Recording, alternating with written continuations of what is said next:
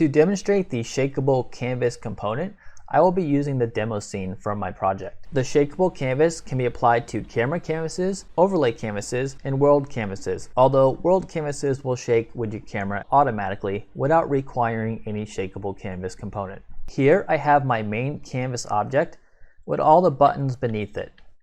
On my canvas object, I have a Shakeable Canvas script. I have the shaker type set to camera shaker, which means I want this canvas to shake when the camera shakes. Just as much, I could change this to object shaker and use an object shaker instead. I have used default camera shaker enabled.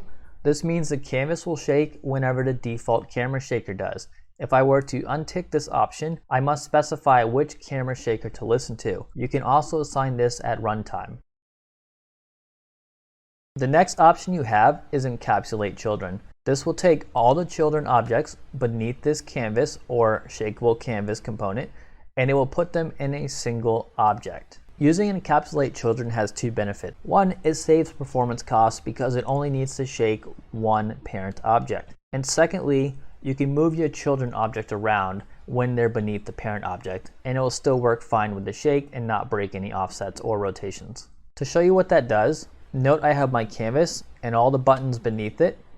Now if I hit play, you're going to see that all those buttons are now beneath a shakeable parent rect, and this is the object which will shake and rotate. Monitor encapsulation will just look for new children at runtime. This is good if you add additional objects to your canvas at runtime. You also have your positional and rotational multipliers. Like other shakables, increasing these values will increase how much this particular canvas is shaken based on the shakes occurring either on your camera shaker or object shaker. And lastly, you have randomized directions. Like the others, it will randomize which way the canvas will shake. This is best used if you have multiple canvases that can shake and you don't want them all shaking the same direction. And just to demonstrate this real quick, I'm going to go ahead and run the off-road reset where you can see that the camera is shaking and the canvases are shaking as well.